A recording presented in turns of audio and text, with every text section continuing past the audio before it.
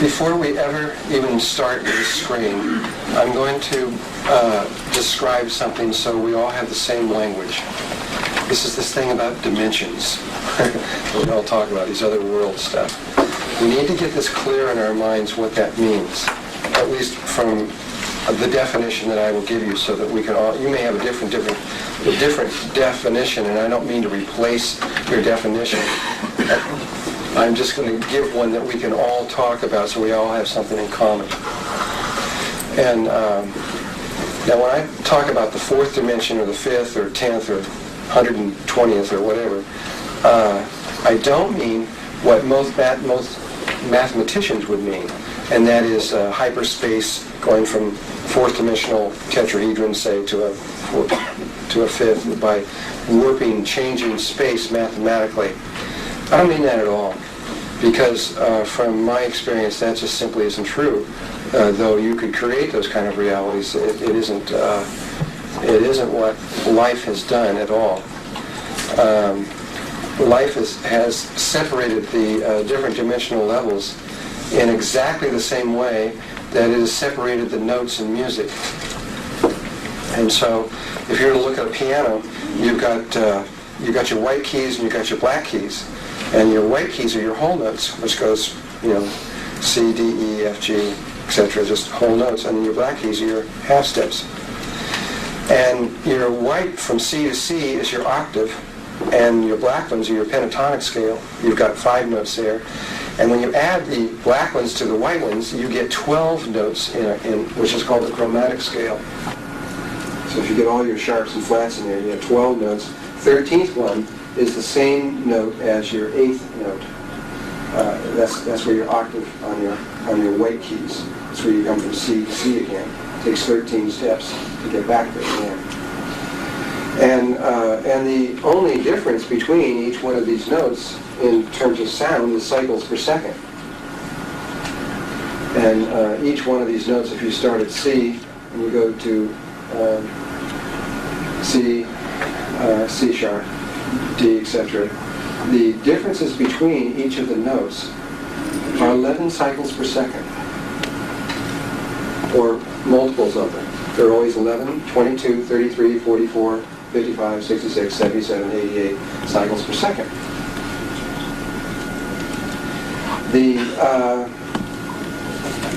The relative proportions of that are identical.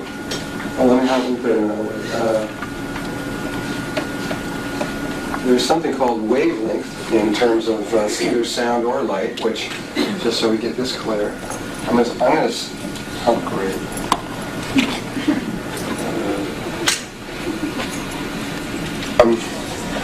This is wavelength. Wavelength is simply, this is your axis, the sine wave curve that we're all familiar with, which is really a function of a circle. If you have a circle like this, and you cut it in half, you flip this half over to like that, and you've got this sine wave curve. And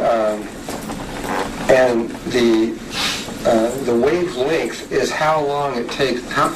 If you were to measure this line running down the middle, going from here to here, or from any of the nodal points to another nodal point, but say from here to here, the length of this is how long. That's called wavelength. Okay, and wavelength is everything in this universe. It's everything in all the universes that are associated with us, without exception whatsoever. There is a zip that aren't a function of wavelength. And wavelength is everything. I mean, I can't tell you what it means. If you look at the electromagnetic spectrum, which we are going to in great detail after we've gone a long ways, you're going to see that everything from microwave towers to gamma rays to sound waves to everything is all a function of how long the wavelength is. You change the wavelength and you change the nature of what the energy is. And so with this understanding of wavelength, in other words, this is a long wavelength and this would be a short wavelength. Everybody get that? And a real long wavelength would be so long that there's wavelengths like your brain waves, for example, that are coming out of your head, are so long that they're almost straight lines. Thanks. Hey, I think we're set up here.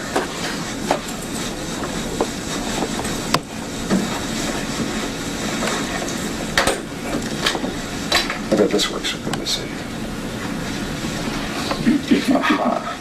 All right, great.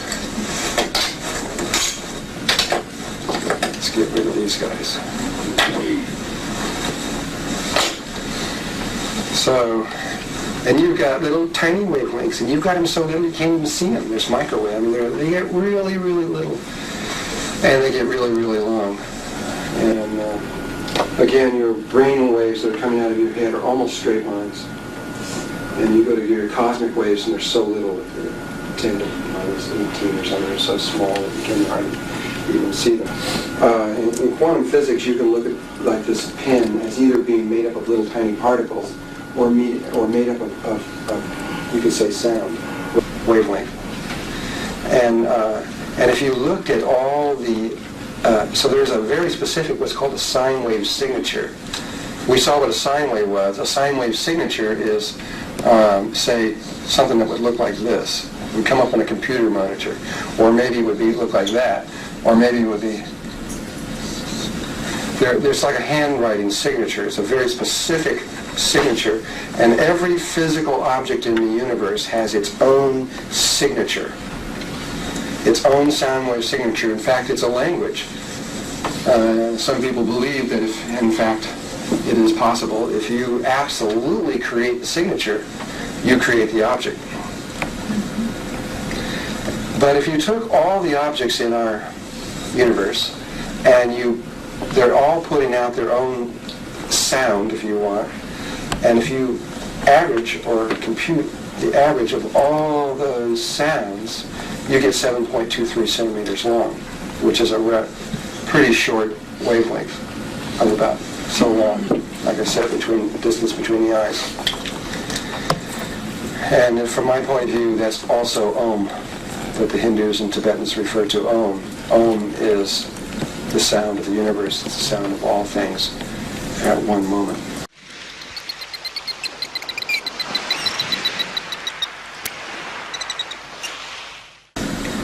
Well, in terms of looking at the dimensional levels, there are 104, many people, if you talk to various people, they'll refer to these 144 dimensional levels that are in the octaves.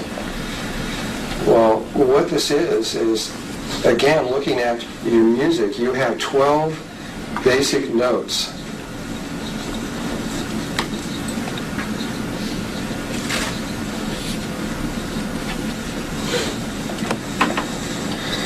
And then you have your 13th one,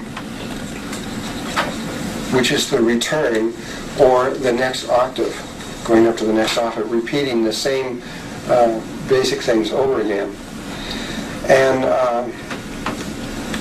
And in between each one of these 12, there are 12 overtones that approximate exactly the larger one, which are holographic in nature. And so sound or electromagnetic light is holographic in nature. You can go within it, just like you can go within any particular point into a table. You can go down at any point down into the microcosm, or you can go above. And it's the same way. This whole octave becomes a note. Like there's larger octaves where the whole octave becomes a note relative to another octave above that one. And because there's 12 of these between each one of these notes, and you got 12 notes, the 12 times 12 produces the 144 dimensional levels. And so you have these 144 dimensions. And so you have 12 primary ones. And these are what in Star Trek you might call subspace. They're real worlds. They're just as infinite as anywhere else. They just aren't whole note universes. And they're just as important. They all have life. All this is filled with life. It's totally. I don't know if there are any. There might be some that are not filled with life, but. And where we sit right now is right here, on the third dimension of an octave. So it does not mean the XYZ axis being the 3 dimensions of space, and then the 4th dimension being time, this kind of concept. Forget that. We just happen to be sitting on the 3rd note of this octave with a wavelength about so long. And if you were to, and our consciousness is tuned to this wavelength, which puts us here. And we are breathing in a very specific way, which tunes us, which is the key, that tunes us to this particular universe. But if you were to change your breathing and to tune your consciousness level to a different wavelength, if you were capable of doing that, you would disappear, literally, body and all, right out of the space and reappear into the one that you tune to. And that whole science has a name, which is called Merkaba.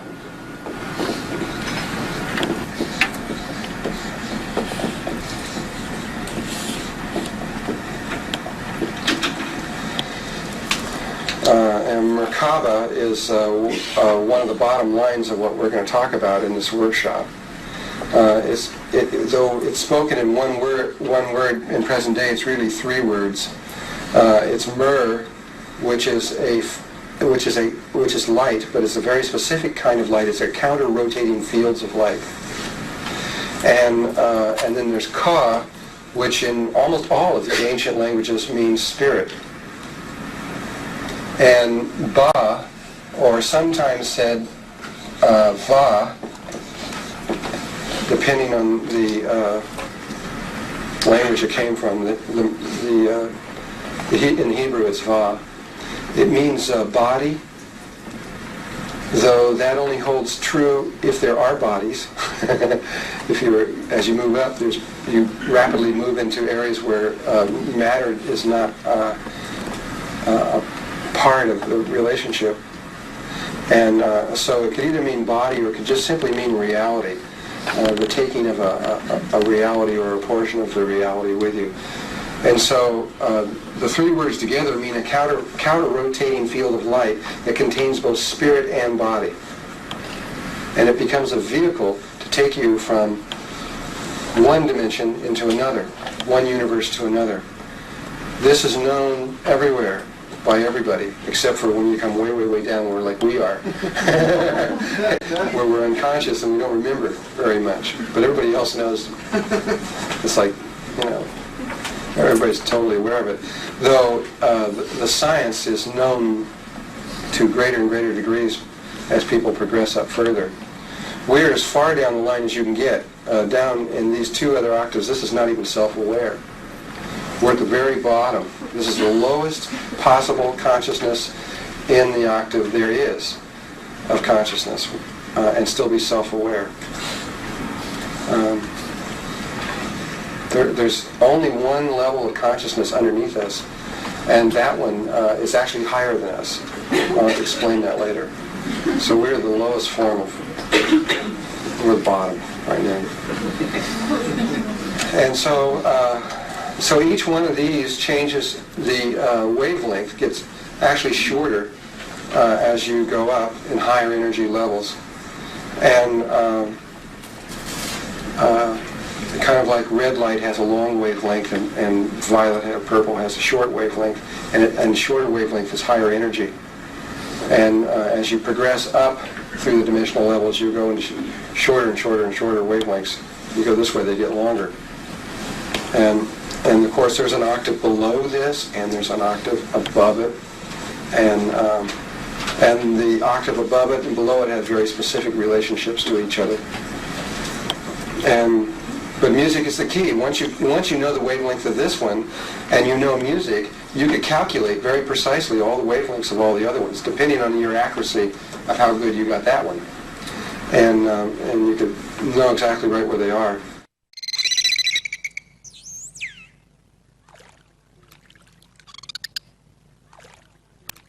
And in between these, in between each one of these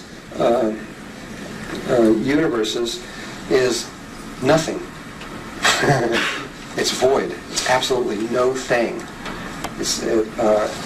And there's different kinds of voidness. There's 144 different kinds of voidness, each one having different meaning depending on what one you're in. But it's no matter how you do it, it's nothing, no thing. Only spirit moves through these various levels. And though they have learned how to take matter through these voids up to here. And right there, and over here also, there are what many people refer to as the Great Walls. There are these void states here and here that are so great and so deep and so vast in their nature that no thing can pass through them. And so this basic understanding will help when we start referring to various things at different dimensional levels. What this class teaches is how to go from one particular level to another specific level, which lies. There are 3 worlds, universes. Oh, I'm in the wrong place. Sorry. Need a rag here.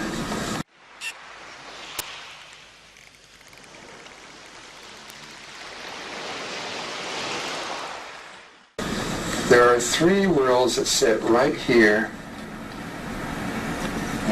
Oh no, I was right. 3rd, 4th. 1, 2, 3. They sit right here, right before the 5th dimension. It's the 10th, 11th, and 12th overtone of the 4th dimension. This is the 4th, and this one's the 5th on a chromatic scale. And it's right here that we're going to go from here to there. And this is just above the angelic realms, of which is the 7th, 8th, and 9th overtone of the 4th dimension. And the 10th, and 11th, and 12th is where a particular level of unity consciousness begins to take place.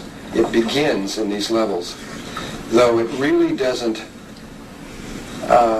really impact the person making the transition until they get to the 5th.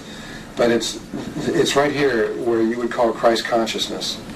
There is a body that exists everywhere. And there is only one of these bodies. There is only one Son of God. And this body extends from this point out, and there's you might say an infinite number of beings that are connected to this body, or cells in this body. And it's a very specific understanding, a very specific interpretation of the reality. There's only one reality, but there's a lot of ways to interpret it. And so this is where this particular Merkaba that I'm teaching will take us to go from planet Earth to these very specific places. And from there, you won't need me or anything else, because after that, once you learn how to get there, you will be met by other specific levels of awareness that are connected to you and take you on through the rest of it. And so the job of this workshop is just to make this one little step over to here. And whether or not you go into the 10th, 11th, or 12th doesn't really matter, but you will go according to your nature. There's 3 different particular levels there. And that's a stepping stone. It's a place to make a translation from there to the 5th, and from then on in you're going to move very rapidly beyond your imagination right now. There aren't any words I can tell you that you can come close to talk about that. We can talk about this kind of, but from there on out, it's just words that don't mean a whole lot about anything except experience. And so this is the essence on a technical level of what we're going to teach you here. And so now, I'm going to go straight into, now we got that.